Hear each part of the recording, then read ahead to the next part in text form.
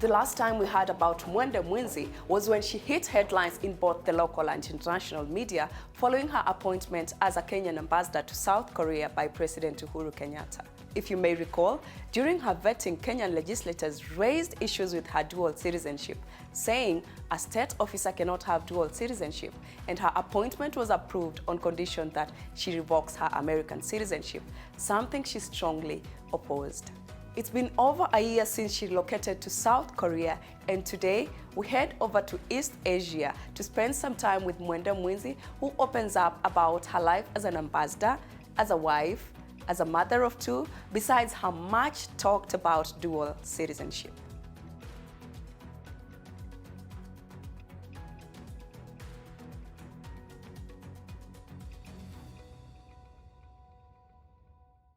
Hello and welcome to Diaspora Life. My name is Pasil Telewa, and here is the story of Ambassador Mwende Mwinzi.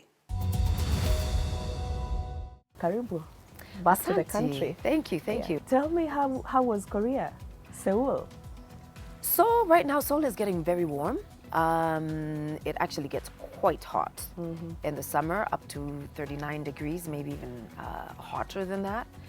Other than that, Seoul has opened up. The COVID restrictions have at least been loosened, so people are finally getting to travel. Everybody's upbeat, but of course, I'm happy to be home. Is there a voting center there? Because we have a few days to elections coming up.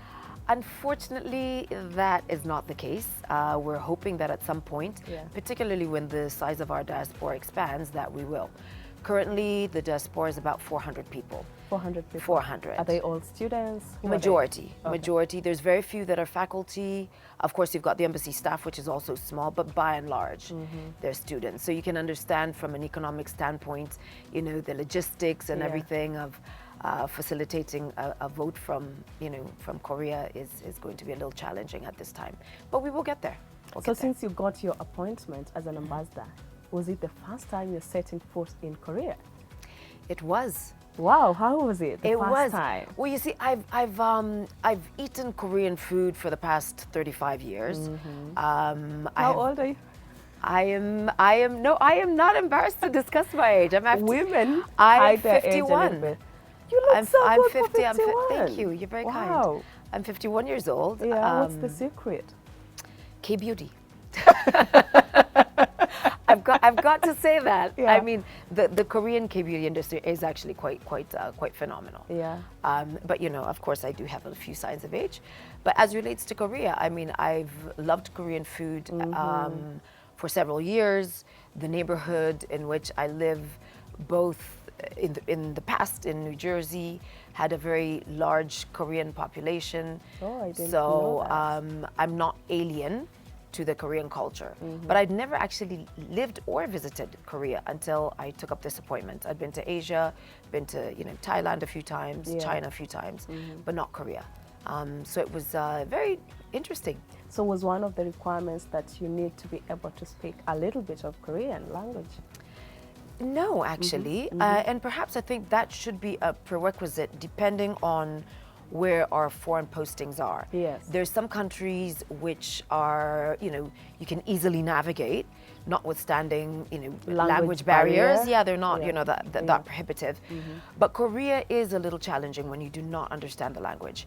And in fact, nobody at our mission speaks Korean, which means that we definitely have a certain reliance on what we consider local staff, which is Koreans who are bilingual and speak English. So how do the small community, you're talking of at least 400 plus or below, how do you guys make it, do you guys socialize? I've only been there for a year and a half. Now? Yeah. Oh, happy anniversary, by the way. Thank you. It's a little over a year and a half. And when I arrived, it was November. It was, obviously it was winter, so people generally travel less in the winter. But also it was at the peak of COVID restrictions. So there was no interaction. I mean, in fact, the social distancing was at its peak. You could not gather in numbers that it fluctuated between 4 and 8. So it made it impossible for the Kenyan diaspora there to meet. Nonetheless, we did have virtual meetings. So at least I got to see people, I got know to people. know, you know, I got to familiarize myself with some of the names. Yeah. And there was, for the first time, a meeting. It didn't include everybody, but it tried to be as inclusive as possible just a few months ago. Unfortunately, it came at a time that I was out of the country. But yes, the Kenyans do meet and hold all manner of events, sporting events, football, basketball. They go to the beach. And it's something that I really am looking forward to, because so far, the Kenyans that I've met, by virtue of either traveling out of Seoul or them visiting the mission, have been just really exciting Kenyans. Very intellectual, very driven Kenyans that I think when they come back, or even from afar, will contribute significantly to our national development. Tell me more about, you know, you as a Kenyan, leave alone, you know, your official duties. As a Kenyan, how is it possible for somebody to go to Korea? This is an Asian-dominated, you know, country. It's very easy. I mean, Korea, of course, is very conscious and careful about who it lets into its borders. But Korea is open for trade. So any Kenyan that is looking to go there, you know, to trade or purchase things to bring back, or for conferencing purposes, or for medical tourism purposes, Korea is absolutely open. There's, of course, during the restrictions, they were having, you know, issues with visas, not issues, but they were restricting the number of visas. Yeah, why were they restricting? Well, it wasn't just, you know, to Kenyans. It was because they were trying to restrict. Global. Yeah, it was global. They were trying to restrict the number of entrants in a period where the country was vulnerable to COVID.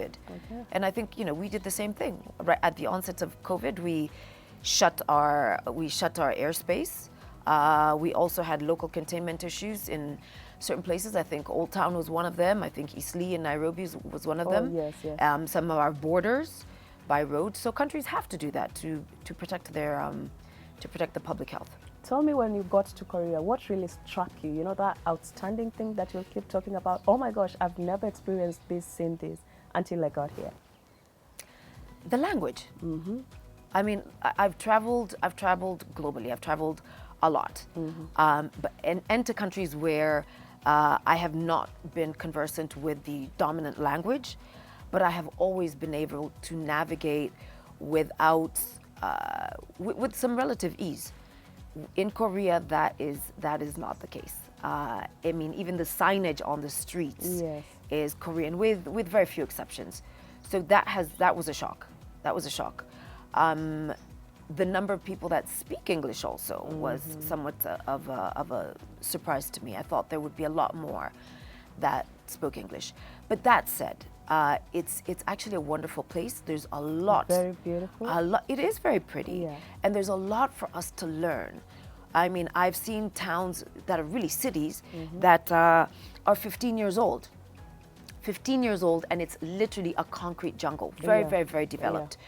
So there's a lot for us to learn, particularly when it comes to focus.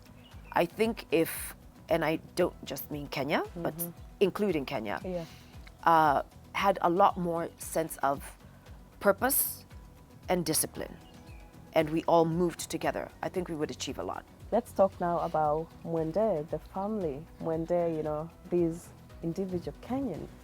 Let's know about you, Mwende. Well, I don't think that I'm any more exciting than the next person. I am a mother of two. I have a son who is 22. He graduated from school last year. We celebrated his graduation in May. Congratulations. Very proud of him. Yeah. His name is Uzwemezie. That's his Nigerian name. And then Maluki, which is my dad's name, is his middle name. For those that are not Kambas that are watching, Maluki means lumps of honey. Oh. And he really is. He's as sweet as they come. And then my baby, that is my second child, Jaden Nemeka, is a second-year pre-med student at Johns Hopkins. So I hopefully should have a doctor in the house in a few years. Congratulations. Thank you. How has it been raising those two boys? Oh, they're fantastic. I mean, and I really, if I count, you know, they tell you count your blessings one by one. Yes. I have so many blessings in my life that I thank God for, but none surpasses the blessing that my children are. I've had no disciplinary issues whatsoever. They are sweet, they are smart, they are funny, So and they're my sweet. friends. Yeah. You know, they're my friends. So it's a privilege being their mother. It's been nothing but a gift. So are you living with your family in Korea? Where are they right now? And your husband? No, I really, really wish I could. Yeah. But, you know, my husband, you know, works. He has a job that, you know, it takes him everywhere but Korea. My children, one is working in Massachusetts, and like I said, my junior one is in school in the U.S. So Korea has me and my, I like to call her my daughter Yeah, sometimes, and my yeah, boss other yeah. times, and that would be my cat. Oh, so sweet to hear. Yeah. Is your husband a diplomat? No, he's not a diplomat. not a He's diplomat. an attorney, Yeah. Oh, which is why there would be really no space for him in Korea. Yeah. how has it been over the years for you? Because from my understanding, you're quite, a global diasporan because you have, ties all over the place. How is it now to juggle? You're based in South Korea, there's family this other side, you have home this other side. How is it? I think we're increasingly global citizens. I mean, you know, we're intermarrying.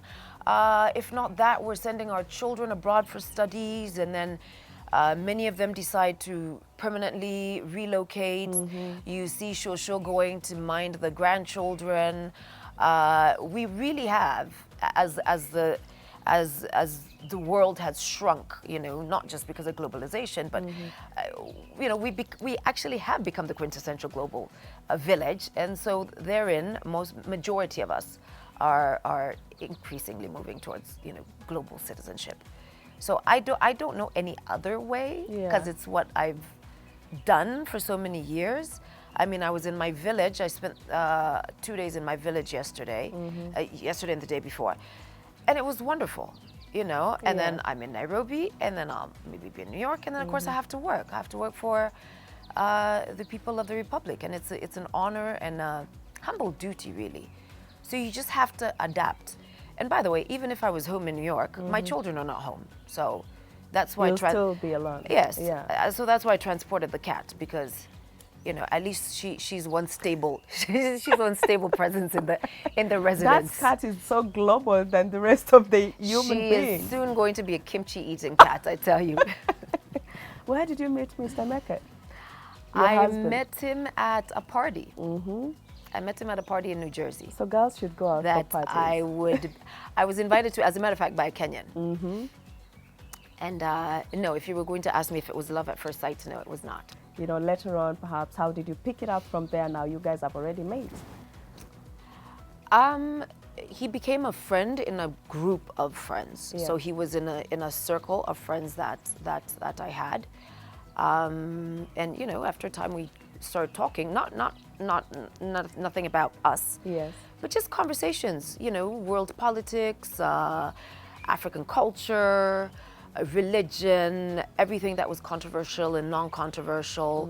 And he was somebody that I could talk to. So I think we connected on an intellectual level. I would like to just bring, you back to this whole thing. A year and a half, close to 2 years ago, when your name was submitted to Parliament for appointment. Right. Unfortunately, the Defense and Foreign Relations Committee was like, we are not having this name pass. They blocked your appointment. They didn't want you in office. And the president went ahead and, appointed you into that office. Tell me about it. How did you feel from a Kenyan perspective? Actually, well, factually, that's not necessarily correct. Yes. They did. They attempted to block my appointment. Yeah. But unfortunately, there were two things that were fundamentally wrong with that move. And let me first say that I found the whole situation very, very, very regrettable. Yes. Because we made an international spectacle of ourselves. And everyone was watching and Kenya, listening. the whole world was watching. Yeah. I mean, globally people were watching. This is Yeah. a case that actually has been cited. And Kenya has always been looked at as a very progressive country. We are a progressive We country. are a progressive country. Yeah. So this really belittled us as a country, particularly because the Constitution of the Republic of Kenya pronounces itself very, very, very clearly on this matter. So it was very unfortunate that they decided to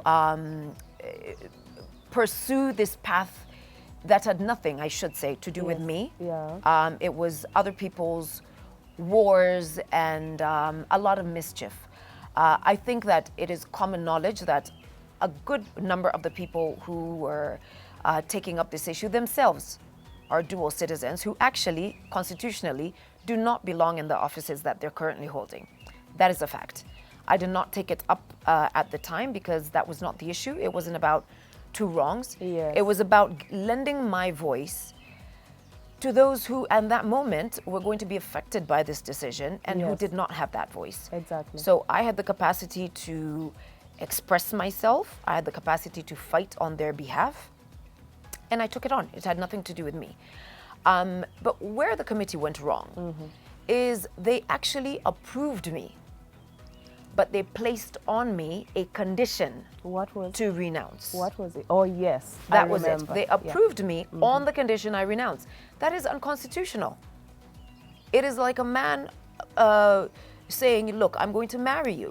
I'm going to marry you on the condition you kill your former boyfriend because I feel that he's going to interfere in our relationship. It's an unconstitutional request, which is unacceptable. And which is also Unacceptable. a criminal offense. Correct. So you're not going to tell me to do something that is A, illegal, not illegal, but unconstitutional, particularly when the law is very, very, very clear on this issue. And so, you know, all I can say on the matter is I'm glad, I'm very happy that it finally muted. Yes. Because I am very happy and very honored and privileged to be able to serve my head of state, who found it fit to nominate me to serve the people of Kenya. And I'm really enjoying my time in Korea. I'm working very hard to validate his decision to appoint me. And I can guarantee you that by the time I leave Korea, already we are beginning to see a dial, a change in the dial. So is that appointment like contractual or is it, you know? It's a political appointment. Yeah. All appointments are actually bound by contracts because they're performance based. Yes. You cannot have envoys just going out and not performing, and yet enjoying the few perks and privileges that come with that position. But I mean, are you having like a specific duration with which you're supposed to serve? Yes. And perhaps do renewal? Most of them, in fact, as far as I know, all of them are 48 months. And so mine is going to come to an end May of next year. That is too short. Because we took it on Yeah. from the moment that I was gazetted, Oh, yeah. which was May of 2019. And I'm absolutely fine with that. I serve at the president's pleasure and discretion. Yes. The next president can choose to appoint me. He can choose to deploy me somewhere else. Yeah. He can choose to have me come home and, you know, be a And regular serve 190. home, yes. And the reality is, Yeah. I've been doing a lot of things for Kenya without a title. And I don't need a title in order for me to contribute to my country. I'm a patriot. I think all of us every day, in whichever capacity, Yeah. Mamboga or whoever else, we should try to make this country a better place the next day than the day we found it. So I don't need to be ambassador. I don't need to be a government official in order for me to continue loving and serving my country. If you're not serving your country, what are you doing? Well, look at it. I've served my country for as long as I've been adult. Yeah, that's you what know, I Tuana mean. If Twito you're is not out not there for official duties The- as an individual. serve it- how do you as spend in me, your me, leisure as time? Yes. Mwende now, just Yes, as a Mwende. woman, as a Yes. mother, oh gosh, I'm like everybody else. I wear many hats. I'm a sister. I'm a cousin. I'm a niece. I'm a mother. I'm a friend. I mean, I like to travel. I like to have a good time. I like to host. There's nothing better than being able to share, and I love to cook, by the way. Oh, I amazing. love to cook. So one of my greatest pleasures is being able to, and it doesn't matter how many people I'm hosting, whether it's an intimate, nice dinner of 10 to 12 people Yeah. or 200 people.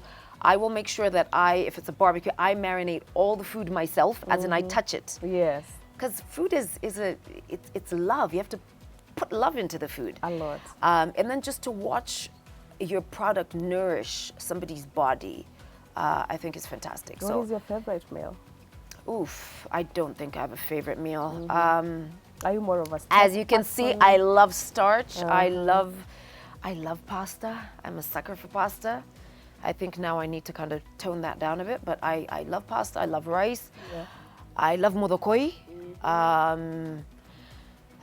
You know, there's, you know, I could live on rice and beans. I love vegetables as well. I love salads. So there's, I don't have a particular, I love seafood. I don't have a particular dish that I either like to eat or cook. I do it all.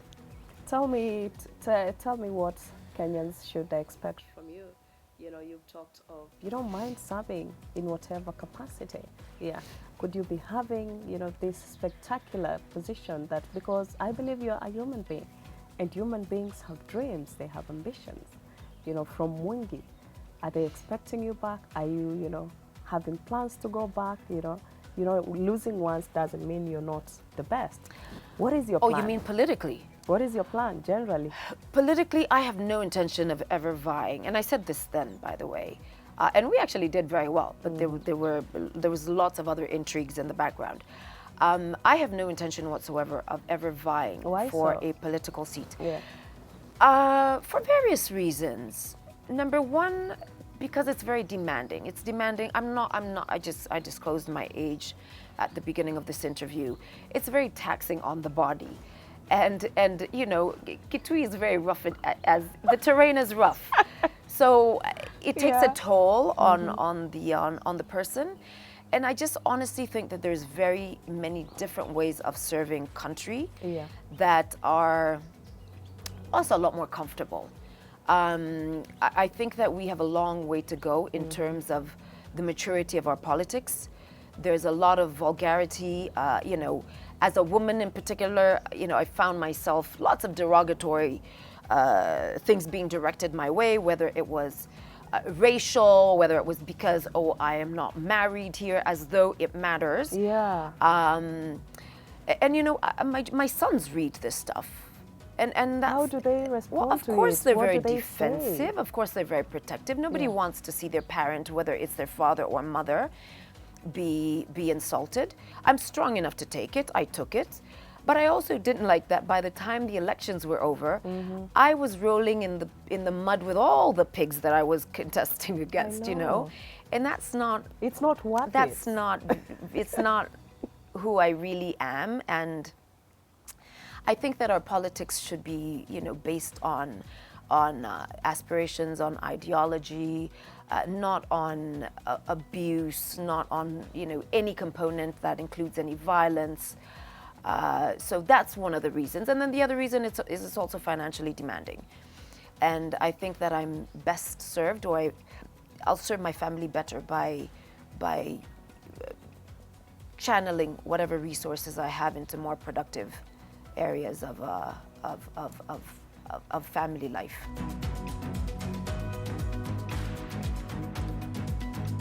So tell me this thing about, you know, your dual citizenship. I think dual citizenship is a fantastic asset. And we have so many Kenyans that are dual citizens. We have, you know, Kenyans that have exited because of, you know, political reasons, economic reasons, you know, school, you know, academic reasons, and they have started families abroad. But those are still our children. And those children should be allowed to come back and serve their country in whichever capacity they want. I mean, for instance, now I'm in a foreign mission and I have young officers. Are you going to tell my officers' children who are born in Korea that they cannot come back and serve? I think it is short-sighted. But again, our constitution has a provision for dual citizenship. It respects it. It acknowledges it. What we need to do is we need to exploit and, in fact, leverage all these Kenyans who have all these ties with these foreign countries and extract as much from it that is good for this country as possible. Yeah. Ovoaku. But you didn't put on yellow today. You know, I know cows tunapanga yellow nini nini hapo. Tunavaa yellow. You know, I had a choice. Kuna Yes. yellow, kuna green, kuna blue. There's all these colors. But today, I said, kwa sasa yellow nitawacha nyumbani. And I'm wearing red. As a matter of fact, this is a dress that was made by one of my friends. Thank you so much for your time. Thank Ambassador you. to Korea. Yes. Yeah. My pleasure. It's so nice having you on Diaspora Life, and we hope we'll see you soon. My pleasure, and I'm hoping that through this show, more diasporans will actually be encouraged to come out and fight for our rights. I mean, many of them did. But let's fight for our rights because we are as Kenyan as it gets, notwithstanding the fact that we may have a footprint elsewhere. Thank you so much. Thank you very much. On that note, all I can say is that never say never. Unfortunately, that's all time we got for this week's episode of Diaspora Live. We look forward to seeing you again next Saturday at 8:30 p.m. Kenyan time on KTN News for more interesting stories with the diaspora touch. Remember, if you have a remarkable story you'd like to share with the world, reach us through Diaspora Live at standardmedia.co.ke or DM us on our social media platforms at diaspora_life or at KTN News KE. You can also follow me at Fasil Telewa on Twitter, Instagram, Facebook, TikTok, and YouTube to get a sneak peek of behind the scenes and further interaction. Until then, bye-bye.